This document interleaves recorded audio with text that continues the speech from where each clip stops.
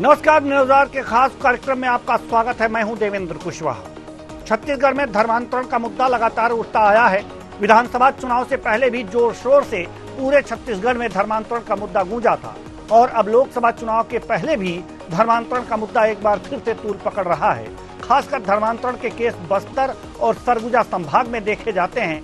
ऐसे में मुख्यमंत्री विष्णुदेव साय के बयान से छत्तीसगढ़ की सियासत एक बार फिर से गर्मा गई है। वहीं कांग्रेस भी इस मुद्दे पर अपने बयानों से भाजपा पर तीखे प्रहार करती नजर आ रही है। मुख्यमंत्री विष्णुदेव साय एक दिन पहले निजी कॉलेज के वार्षिक उत्सव में शामिल हुए थे। मंचीय संबोधन में उन्होंने एक बड़ा बयान दिया जिसमें उन्होंने कहा कि मिशनरी लोगों का बोलबाला है, एजुकेशन और हेल्थ पर वह हावी हैं, इसके आड़ में धर्मांतरण ज्यादा करते हैं। मिशनरी से हिंदुत्व को एक ताकत मिलेगी। बस्तर सरगुजा में शिक्षा का अलग जागना जरूरी है। ट्राइबल क्षेत्र के बच्चों को शिक्षा देंगे तो ज्यादा आत्मसंतुष्टि मिलेगी। सुनिए विष्णुदेव साय मुख्यमंत्री ने क्या कुछ कहा। बच्चे हैं, उनको अगर अच्छी शिक्षा दे पाएंगे तो आपकी आत्मा को ज्यादा संतुष्टि होगी। तो मेरा आग्रह होगा, सारे ट्रस्टी एक से बढ़कर हैं कि उनका निगाह उधर जाना चाहिए। आज मिशनरीज लोगों का बोलबाला है। एजुकेशन और हेल्थ में वो लोग वहां पर हावी हैं और इसका दुष्प्रभाव हो रहा है। इसके आड़ में वो लोग धर्मांतरण ज्यादा करते हैं, तो ये सब भी रुकेगा, हिंदुत्व को एक ताकत भी मिलेगी। धर्मांतरण के मुद्दे पर विपक्ष में बैठी कांग्रेस भी लगातार बीजेपी पर निशाना साध रही है। कांग्रेस के संचार विभाग अध्यक्ष सुशील आनंद शुक्ला ने अब चर्च की संख्या को लेकर चुनौती दी है। उन्होंने कहा है कि चर्च की संख्या को लेकर श्वेत पत्र जारी करें। सरकार रमन सिंह और भूपेश बघेल के शासन में कितने चर्च बने? राज्य सरकार श्वेत पत्र जारी कर यह स्पष्ट करे कि कांग्रेस के शासनकाल में कोई चर्च नहीं बना है। लोकसभा चुनाव के मद्देनजर बीजेपी धर्मांतरण का मुद्दा उठा रही है। सुनिए सुशील आनंद शुक्ला, जो कांग्रेस संचार विभाग के अध्यक्ष हैं, क्या कुछ कहा।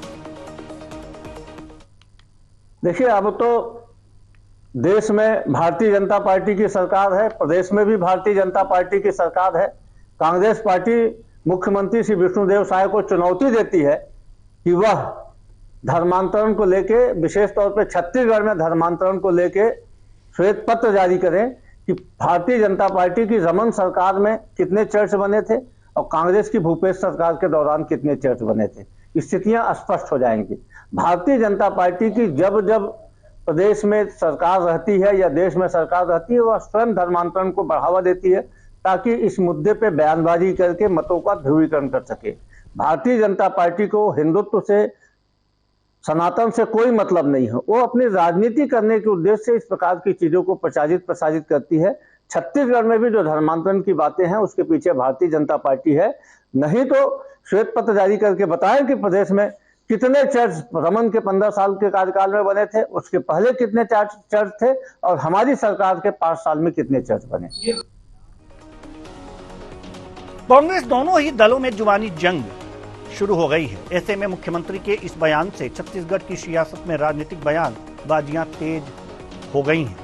एक और भाजपा सत्ता में आने के बाद धर्मांतरण के मुद्दे पर लगातार जोर दे रही है और नक्सलवादी क्षेत्रों में इस तरीके की घटनाओं को कम करने के लिए कई सारे अभियान और योजनाएं चलाने की सोच रही है। वहीं दूसरी ओर कांग्रेस भाजपा पर धर्मांतरण के मुद्दे को लेकर हावी होती नजर आ रही है। छत्तीसगढ़ में बीजेपी के शासनकाल और कांग्रेस के शासनकाल में बने चर्च की संख्या को लेकर लगातार कांग्रेस बीजेपी पर निशाना साध रही है। आज इसी धर्मांतरण के मुद्दे पर हम करेंगे चर्चा और चर्चा के लिए हमारे साथ जो मेहमान जुड़े हुए हैं उनसे आपका परिचय करा दें। निशिकांत पांडे बीजेपी प्रवक्ता, सत्यप्रकाश सिंह कांग्रेस प्रवक्ता, मनीष बोरा वरिष्ठ पत्रकार, तीनों मेहमानों का बहुत बहुत स्वागत है हमारे इस कार्यक्रम में। चर्चा की शुरुआत करते हैं। चर्चा की शुरुआत करेंगे निशिकांत पांडे बीजेपी प्रवक्ता आपसे। धर्मांतरण का मुद्दा बीजेपी का एक महत्वपूर्ण मुद्दा रहा है और धर्मांतरण रोकने के लिए यह कहा जा सकता है कि बीजेपी लगातार प्रयास करती रही है। कथित तौर पर यह कहा जाता है, लेकिन धर्मांतरण फिर भी रुकने का नाम नहीं ले रहा। कांग्रेस का आरोप है कि ये सिर्फ जो चर्चों की संख्या है, अगर जो छत्तीसगढ़ की बात करें तो रमन जी के सरकार में और फिर जो चर्चों की संख्या ज्यादा थी, यानी कि कुल मिलाकर के इस पर सिर्फ बीजेपी राजनीति करती है, काम धाम कुछ करती नहीं है इस मुद्दे पर। देवेंद्र जी। बड़ा हास्यप्रद है ऐसा स्टेटमेंट देना, क्योंकि देखिए धर्मांतरण, रोहिंग्या और लव जिहाद ये सिर्फ मतलब राजनीतिक मुद्दा है ऐसा मैं नहीं मानता। ये एक सामाजिक मुद्दा है और जिससे धर्म, संस्कृति और राष्ट्र की प्रभुता जुड़ी हुई है। अभी हमने सुना हमारे शुक्ला जी के वक्तव्यों को, कितने चर्च बने किस कालखंड में, बोथ आर डिफरेंट थिंग। अगर कोई लोकतांत्रिक व्यवस्था है कि कोई अपना धर्म, मजहब अपना अगर मंदिर बनाता है, पूजा स्थल बनाता है, वो अलग विषय है। अवैध धर्मांतरण की हम बात कर रहे हैं जब, तो वहां पे शायद शुक्ला जी भूल गए कि इनके कालखंड में सुकमा के एसपी ने चिट्ठी लिखा प्रदेश शासन को कि यहाँ बहुत तेजी से धर्मांतरण किया जा रहा है, एक्शन लेने की आवश्यकता है। लेकिन वहां पे एक्शन क्या लिया गया कि उस अधिकारी को ही दबा दिया गया। मिशनरियों को खुला समर्थन है किसका? कांग्रेस पार्टी का था। इस कारण आप नारायणपुर में, अगर आप देवेंद्र जी नारायणपुर घटना को कोई अगर याद होगा तो नारायणपुर को मतलब एकदम उद्वेलित करने का काम कांग्रेस पार्टी ने अपने सत्ता के संरक्षण में कराया, जहां मिशनरी के द्वारा गांव-गांव में जाके धर्मांतरण किया जाता था। गांव वाले विरोध किए तो पुलिस प्रशासन को भी मारा गया। और तो और इसमें महत्वपूर्ण चीज क्या जोड़ी गई कि इस पे एक्शन लेते हुए भारतीय जनता पार्टी के जिला अध्यक्ष को 4 महीने जेल में डाल दिया गया। परिणाम आपके समक्ष है। ये जो तुष्टीकरण की सरकार थी, इसको जनता ने उखाड़ के फेंक दिया। धर्मांतरण इनका उद्देश्य है, उसका कारण क्या है? क्योंकि ये इनके वोट बैंक को सीधा प्रभावित करता है, तो ये तो इनको बढ़ावा देंगे ही देंगे ना। पैरासीटामोल खिला के देवेंद्र जी, पानी में डाल के पैरासीटामोल का पानी पिलाते हैं, उसके बाद कहते हैं बुखार ठीक हो गया। अगर धर्मांतरण ऐसे करना है आपको, तो इस पर अंकुश लगाना चाहिए कि नहीं लगाना चाहिए? मैं 3 चीज बोला, धर्मांतरण, रोहिंग्या और ये लव जिहाद, इससे स्पष्ट नकारते रहे 5 साल ये लोग। लेकिन जब नारायणपुर जला, जब सुकमा की घटना हुई, चिट्ठी लिखा गया कलेक्टर और फिर बस्तर कमिश्नर के द्वारा, उस पर भी आपने संज्ञान नहीं लिया। आप हम पे आरोप लगाते हैं। चलिए आप मेरे साथ मिलकर बोलिए कि धर्मांतरण पूरे देश में नहीं होना चाहिए। आप में हिम्मत नहीं होगा, आप नहीं बोल पाएंगे, क्योंकि ये वोट बैंक से जुड़ा हुआ है। बिल्कुल चैलेंज आपने दिया है, बिल्कुल चैलेंज दिया है, बिल्कुल चैलेंज दिया। सत्य प्रकाश सिंह जी, कांग्रेस प्रवक्ता हमारे साथ हैं, चैलेंज से क्या रहे आपको? जी सत्य प्रकाश जी, आवाज आ रही है? चलिए, आपकी आवाज ठीक ढंग से नहीं मिल पा रही है, हम आपके पास आएंगे। मनीष बोरा जी, मनीष बोरा जी, छत्तीसगढ़ में धर्मांतरण की क्या स्थिति है इस समय? और कांग्रेस के शासनकाल में को भी आपने देखा है और डॉक्टर रमन सिंह के शासनकाल को भी देखा है, क्या स्थितियां रही हैं इनमें? देखिए, सरकार किसी की भी रहे, धर्मांतरण लगातार जो है वो चलता रहता है। और इसमें भारतीय जनता पार्टी लगातार ये आरोप जरूर लगाती है कि कांग्रेस की जब सरकार आती है तो धर्मांतरण बड़ी तेजी से होता है और उसको सरकार का संरक्षण होता है। लेकिन अभी आप देखिए, अभी तो सरकार भाजपा की है और जो हमारे वर्तमान मुख्यमंत्री हैं विष्णुदेव साय जी, वो स्वयं धर्मांतरण के जो मुद्दे होते हैं उसमें बहुत करीब से जुड़े रहे हैं। दिलीप सिंह जुड़ेव जी जो बड़ा अभियान यहाँ पर ऑपरेशन घर वापसी चलाते थे, वो लोग धर्मांतरण करके दूसरे धर्मों का पालन कर लेते थे, उनको वापस हिंदू धर्म में लाने का वो बड़ा एक कैंपेन चलते थे। उसी से उनका राजनीतिक प्रादुर्भाव हुआ है, तो वहां से वो आए हुए हैं और वो धर्मांतरण के दंश को बहुत अच्छे से समझते हैं। उन्होंने अपने भाषण में इस बात को भी कहा कि शिक्षा और स्वास्थ्य ये 2 ऐसी चीजें हैं जिसको लेकर के धर्मांतरण कराया जाता है और उसमें बड़ी स्ट्रांग स्थिति में है ईसाई मिशनरियां। इस बात को उन्होंने बड़े उत्साह के साथ में कहा है। तो ये जो स्थितियां हैं, अब आप निश्चित रूप से सरकार में बैठे हैं, सरकार में आने के बाद मुझे लगता है कि आपको इन चीजों को दूर करने का प्रयास करना चाहिए। और बेसिक जो बात है कि धर्मांतरण होता क्यों है, उस बात को जब आप समझ रहे हैं तो उन चीजों को दूर करना चाहिए। और उन क्षेत्रों में, विशेषकर जो ट्राइबल एरियाज हैं जहां पर धर्मांतरण बड़ी संख्या में हो रहा है, तो वहां पर आपको स्वास्थ्य और शिक्षा दोनों क्षेत्रों में, यदि हॉस्पिटल्स नहीं है वहां पर हॉस्पिटल्स बनाए जाएं, यदि वहां पर स्कूल्स नहीं है तो वहां पर स्कूल की व्यवस्था की जाए, वहां पर शिक्षकों की व्यवस्था की जाए। तो ये 2 चीजें जो ऐसी है जिसको लेकर के आप बात कर रहे हैं, वो 2 चीजें मुझे लगता है कि आपको तेजी से वहां पर विकसित करना चाहिए, जिससे कि धर्मांतरण को रोका जा सके। ये चीजें विकसित करना चाहिए। हमारे साथ सत्य प्रकाश सिंह जी हमारे पास साथ एक बार फिर जुड़ चुके हैं। हमारी आवाज आप तक पहुंच रही है? जी आ रही है। जी मेरी आवाज आ रही है? जी बिल्कुल, आपकी भी आवाज एकदम से प्रॉपर वे में आ रही है। अब आप बताइए, जो चुनौती निशिकांत पांडे जी ने दिया है उसे आप स्वीकार कर रहे हैं? देवेंद्र जी की आवाज मेरे पास तक ठीक से नहीं पहुंच रही थी। जी, तो मैं क्या बता दे रहा चुनौती थी, बता दीजिए फिर मैं रिप्लाई कर। जी मैं बता जी, दे रहा हूं। उन्होंने चुनौती दी है कि आप इनके साथ मिलकर के अगर जो धर्मांतरण को, लफ्ज जिहाद को यह खत्म करना है तो इनके साथ मिलकर के काम कीजिए।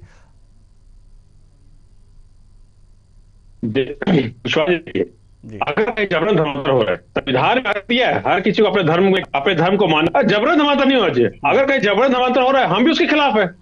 अगर जबरन कहीं हो रहा है तो हम भी उसके खिलाफ है। देखिए एक चीज मैं बोलूंगा देवेंद्र जी, इनका जो धर्मांतर को लेकर राजनीति किया है, दोहरा राजनीति में बनना चाहूंगा। खान आयशा भी कौन है आपको मालूम होगा, क्यों नहीं करवाते? क्योंकि वोट बैंक लेना है, नाम को उसको वोट बैंक के तहत भुनाना है, उनको उनकी वाइफ को, उनके बेटे को, सबको साथ साथ बनाना है, उनके जो विख्यात एक प्रसिद्धि उसको भुनाना है। मगर जहां पे गरीबी की बात आती है, गरीब लोगों की बात है, उनका तो चुनाव आप नहीं बुला सकते, तो इसमें कर दिया जाता है, इसलिए राजनीति की जाती है।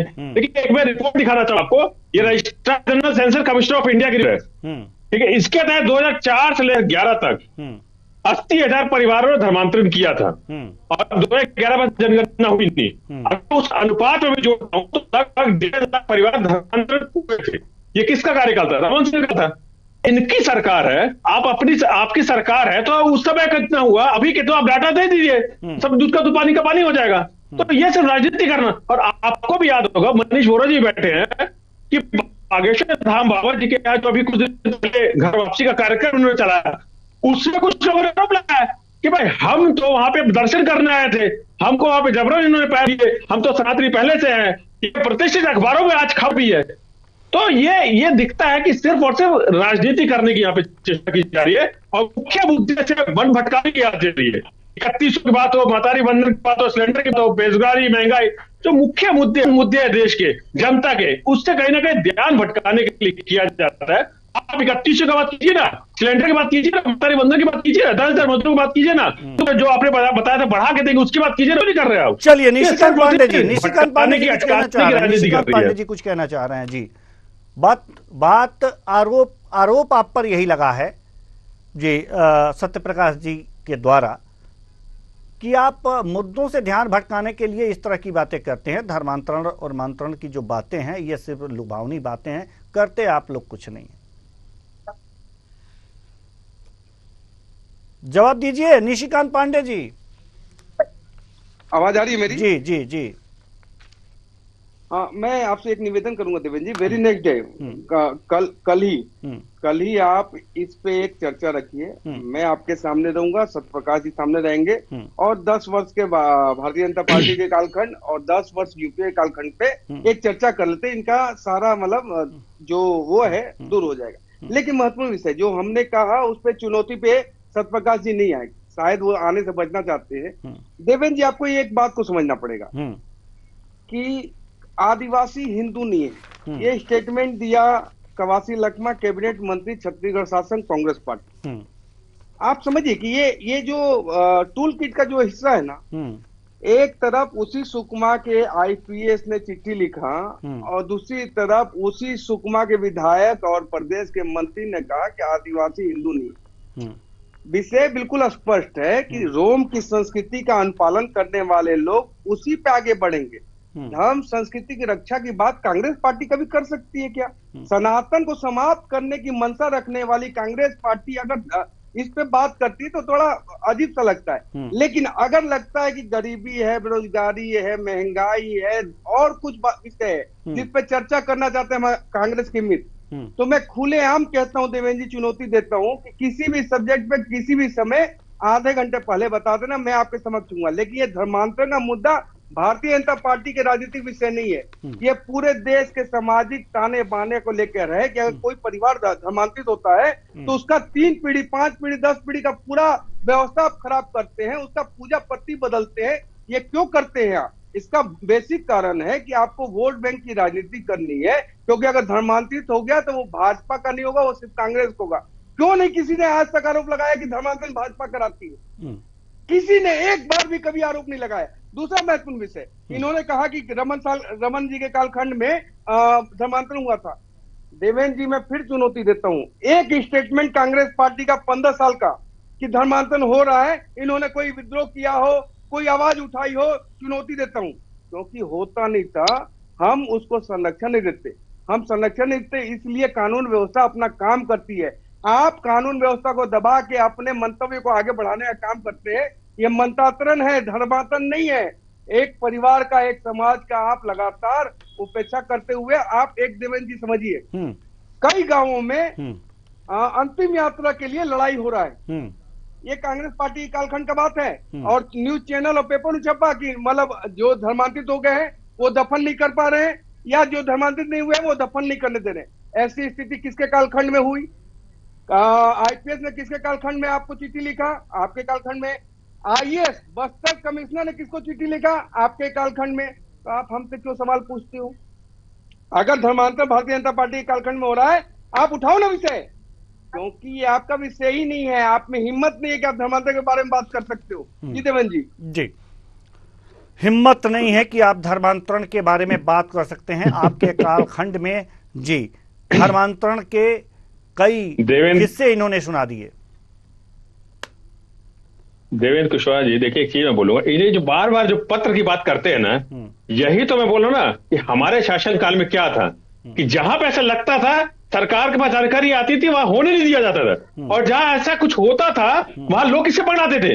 एसपी के ऊपर हमला होता है, इन्हीं के लोग रहते थे। जिला उपाध्यक्ष कौन था? ये पत्थर भरते। सिर्फ दंगा करना, जाति धर्म को लड़ाना, इन्हीं का कार्यक्रम चलता है। और देखिए एक चीज और मैं बोलूंगा, जो आदिवासी हिंदू की बात करते हैं, इनको शायद इच्छा पांडे को मालूम होना चाहिए संविधान 366 क्या बोलता है, पढ़ लेना चाहिए। संविधान 366 बोलता है कि आदिवासी वो है जो अपने पूर्वजों को, अपने उनके मंदिर है, अपने पूर्वजों को पूजा करते हैं, उनको आप चाहे तो हिंदू से अलग भी रख सकते हैं। ये अनुच्छेद 366 है। संविधान की जानकारी हो उसके बाद बात करनी चाहिए। देखिए यही मैं बोला, धर्मांतरण की बात नहीं है यहाँ पे, या राजनीति करने की बात है। आप धर्म की बात कर रहे हैं, आप मुद्दे की बात क्यों नहीं बता रहे? जो मैंने पूछा 31 की बात क्यों नहीं बात कर रहे? सिलेंडर की बात क्यों नहीं कर रहे? अरे हमारी बात कर रहे हैं। अरे हमने जो 5 साल में किया 15 साल में नहीं किया। क्या आप मैं बताना चाहूंगा, 3000 से ज्यादा देवगुड़ी मालगुड़ी के जो मंत्री बना के हमने कराया, 6453 देवगुड़ी मालगुड़ी के जमीन हमने किया, 607 हेक्टेयर जमीन हमने दिया, 85 करोड़ से ज्यादा जीर्णोद्धार मंदिर। ये हमको क्या बताएंगे? 7000 रुपए मानदेय वहां आदिवासी पुजारियों को हमने दिया। ये हमको ना सिखाए कि आदिवासियों के लिए हमने क्या किया, वहां पे नहीं होना चाहिए धर्मांतरण, तो उसके लिए हमने क्या किया, काम किया। तभी वहां पे एक भी केस ये नहीं बता पाए। वहां पे ये 5 साल में केस बता दे रहे, इनके पास रहता तो एफआईआर करा देते, क्यों नहीं एफआईआर करा है? और मोदी जी केंद्र में बैठे हैं 10 साल में, तो क्यों नहीं एक कानून बना दे पूरे देश के लिए? तो एक देश के लिए बना दे ना, धर्मांतरण सबके लिए दिक्कत है, एक समस्या है। मैं तो आप बनाइए ना कानून, सबके लिए बनाइए। तो राजनीति मत कीजिए।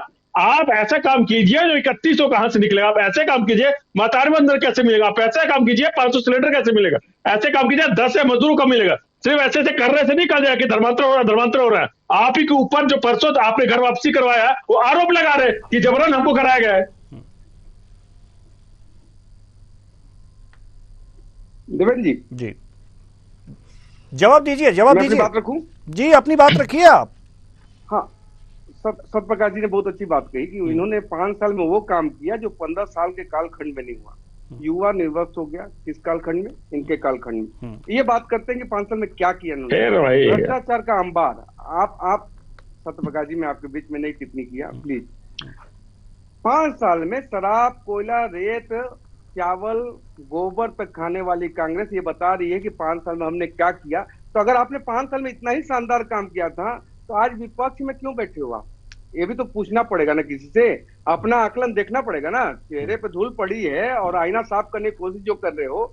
दूसरा महत्वपूर्ण विषय, घर वापसी तो हम लगातार करा रहे हैं। कांग्रेस पार्टी का 1947 से, आजादी के बाद से अब तक एक भी कहीं भी देश के किसी कोने में घर वापसी का एक भी कार्यक्रम बता दो आप। एक कार्यक्रम बता दो, नहीं बता सकते। कारण क्या है कि देखिए इनका एक ब्लूप्रिंट है, रोड मैप है, उसी पे लगातार ये बढ़ते हैं। इनको और कोई किसी चीज से लेना देना नहीं है। अगर धर्मांतरण विषय नहीं था तो इनके दीपक भाई चुनाव क्यों हार गए? प्रदेश अध्यक्ष जिन्होंने कहा था कि 50,000 वोट से जीत जाऊंगा घर में बैठा रहूंगा। तो धर्मांतरण विषय था, वहां पे आपने आग लगाई थी और सरकार ने संरक्षण दिया था, इससे ग्रामीण उद्वेलित होकर दीपक बैद को चुनाव हरा दिया। ये कारण था। आप आज भी नकार रहे हो ना, लेकिन मैं बोल रहा हूं भारतीय जनता पार्टी हर एक अवैध धर्मांतरण का, रोहिंग्या के खिलाफ और लव जिहाद, आपने बोला दंगा ना, ये दंगा छत्तीसगढ़ प्रदेश में एक बार 15 साल के कालखंड में कोई नहीं देखा। आपने बिरहनपुर भी जलाया, आपने कहाँ आप लगे हो यार, आपके दंते वाला दंगा हुआ था, आपको जानकारी होना चाहिए।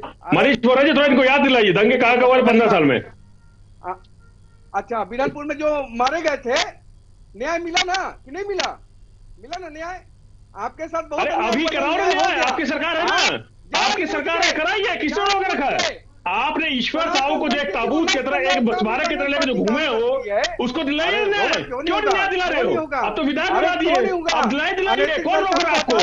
सिर्फ राजनीति मत कीजिए, यहाँ पे मुख्य मुद्दे से मत बना किए। अभी तक जवाब नहीं दिया आपने 3100 का, महतारी बंधन का जवाब नहीं दिया अभी तक, सिलेंडर का जवाब नहीं दिया अभी तक आपने, मजदूर का जवाब नहीं दिया अभी तक आपने, दुपट्टा का जवाब नहीं दिया आपने, उसका जवाब दीजिए। जनता में इंतजार कर रही है, माया बहन इंतजार कर रही है, किसान इंतजार कर रही है। धमाका करने से नहीं होगा, आपको काम करके देना पड़ेगा। ये जो लॉलीपॉप दिए वो देना पड़ेगा आपको, सिर्फ धर्माने से नहीं भटका सकते आप करो, हम नहीं करने देंगे। अगर आईएएस ने, आईपीएस ने आपको सूचना दी थी तो आपको कार्रवाई करनी थी, लेकिन आपने बायस कार्रवाई की। अरे कार्रवाई की तभी तो आपके लोग अंदर हुए थे, तब तक कौन चला रहा था?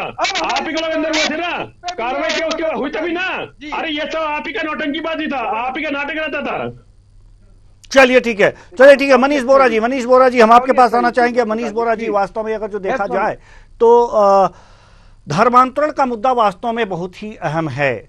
अगर स्वेच्छा से आदमी धर्मांतरण करता है तो संविधान सम्मत है, लेकिन जबरन धर्मांतरण नहीं होना चाहिए। एक बात और सबसे बड़ी बात यह आती है कि गरीब तबके के लोग जब धर्मांतरण करते हैं तो बात यहां पर निकल करके ये आती है कि भाई जब उन्हें सुख सुविधाएं नहीं मिल पाती और जहां से उन्हें सुविधाएं मिलने की आशा होती है तो वो उस धर्म को स्वीकार करने में हिचकते नहीं, तो ये स्वैच्छिक धर्मांतरण भी हो जाता है। लेकिन एक तरह से यह देखा जाए तो ये लालच देकर धर्मांतरण कराया गया माना जा सकता है। ऐसे में इस तरह के धर्मांतरण पर रोक के लिए क्या दोनों सरकारें, दोनों की सरकारें रही हैं, कांग्रेस की और बीजेपी की, इस तरह के धर्मांतरण को रोकने के लिए सरकार ने कौन कौन से कदम उठाए हैं और कौन सी सरकार ने कदम उठाए हैं? देखिए देवेंद्र जी, आपने जो बात कही उसमें सबसे महत्वपूर्ण ये था कि धर्मांतरण, गरीबी आपने सबसे बड़ी बात कही। और कांग्रेस पिछले 50-60 सालों से लगातार गरीबी हटाओ का नारा देती है। भारतीय जनता पार्टी भी अभी पिछले जब से सरकारें उसकी आ रही है उसके बाद गरीबों के लिए योजनाएं चला रही है, जो गरीबी रेखा से नीचे हैं उनके लिए लगातार योजनाएं चला रही हैं। उसके बावजूद भी यदि धर्मांतरण हो रहा है तो कहीं ना कहीं ये सीधे तौर पे दिखता है कि जो योजनाएं सरकार लेकर के आ रही हैं उन योजनाओं का लाभ जहां तक पहुंचना चाहिए वहां तक नहीं पहुंच पा रहा है। जब वो लाभ उन लोगों तक नहीं पहुंच रहा है तो वो गरीबी रेखा से नीचे जा रहे हैं, और गरीबी रेखा से नीचे जाने की वजह से उनको जहां पर आसरा मिलता है, जिस जगह से उनको ये उम्मीद मिलती है कि यहाँ से हमको इलाज में मदद मिल जाएगी, यहाँ से हमको शिक्षा मिल जाएगी, यहाँ से हमको आर्थिक सहायता मिल जाएगी, तो वो उस दिशा में चले जाते हैं। और वहां जाने के बाद में धीरे धीरे उनको जो है कन्वर्ट करके धर्म परिवर्तन कराया जाता है। तो इसका मुख्य मुद्दा जो है वो गरीबी हटाओ की बात लगातार देश में होती है, लेकिन उसके बावजूद भी हम देखें तो आज भी स्थिति वही की वही है। योजनाएं बनाई जाती हैं, उनका बड़ा बड़ा प्रचार प्रसार किया जाता है, प्रचार प्रसार में करोड़ों रुपए खर्च किए जाते हैं, लेकिन गरीबी जो होती है वो वहीं की वहीं पड़ी रहती है, उसमें कोई भी परिवर्तन नहीं आता है। तो इस बात को समझना होगा कि शिक्षा, स्वास्थ्य, गरीबी, ये जो चीजें लगातार देश के अंदर में आ रही हैं, इनको दूर करने के लिए लगातार योजनाएं बनती हैं, करोड़ों अरबों रुपए की योजनाएं बन रही हैं, उस पर लाखों खर्च हो रहे हैं। उसके बावजूद भी यदि ये स्थितियां हैं तो ये बहुत ही चिंतनशील विषय है, और धर्मांतरण जो है वो बहुत संवेदनशील विषय है। इस विषय पर राजनीतिक प्रतिबद्धता से ऊपर उठ करके काम करने की आवश्यकता है। सरकारें किसी की भी हो, आम जनता ने आपको अपना मत देकर के सत्ता के सिंहासन पर आरूढ़ किया है, आपकी जिम्मेदारी है कि जनता की आवश्यकताओं की पूर्ति की ओर आप ध्यान दें और इस दिशा में ध्यान दें कि लोग जबरिया धर्मांतरण या लालच में धर्मांतरण इस प्रकार की चीजें ना हो। और सबसे महत्वपूर्ण चीज में ये भी होती है कि जो राजनीतिक दल हैं, जिनकी सरकारें हैं या जिनकी सरकारें नहीं हैं, उनको जो योजनाएं सरकार बनाती है उन योजनाओं का लाभ वास्तविक रूप से जो उसके हकदार हैं उन तक पहुंचाने के लिए भी प्रयास करना चाहिए। योजनाएं बनाने से नहीं होगा, जो उसके हकदार हैं उन तक पहुंचाने से भी होगा, और इसका प्रयास हर सरकार को करना चाहिए। चूंकि अब हमारे पास समय नहीं है, नहीं तो जो संविधान की धारा 366 की बात हमारे मेहमान सत्य प्रकाश सिंह ने कहा है उस पर भी हम चर्चा करते, लेकिन समय हमारे पास नहीं है, इसलिए इस चर्चा को यहीं विराम देते हैं। बहुत बहुत धन्यवाद सभी मेहमानों का, आप आए और अपने अपने विचार साझा किए। तो कुल मिलाकर धर्मांतरण एक सियासी रण बना हुआ है, लेकिन वास्तव में अगर इसे रोकने का प्रयास सरकारों को शिद्दत से करनी है, मन से करनी है और एक जज्बे से करनी है, तो वास्तव में उन्हें उन तक जो योजनाएं हैं उनका लाभ पहुंचाना होगा, उनकी गरीबी दूर करनी होगी, उन्हें रोजगार देना होगा, उन्हें मुख्य धारा में लाना होगा। हालांकि अगर ऐसा नहीं होता है तो धर्मांतरण के लिए कितने भी कानून बना लें बैठ करके, ये नहीं हो पाएगा, धर्मांतरण नहीं रुक पाएगा।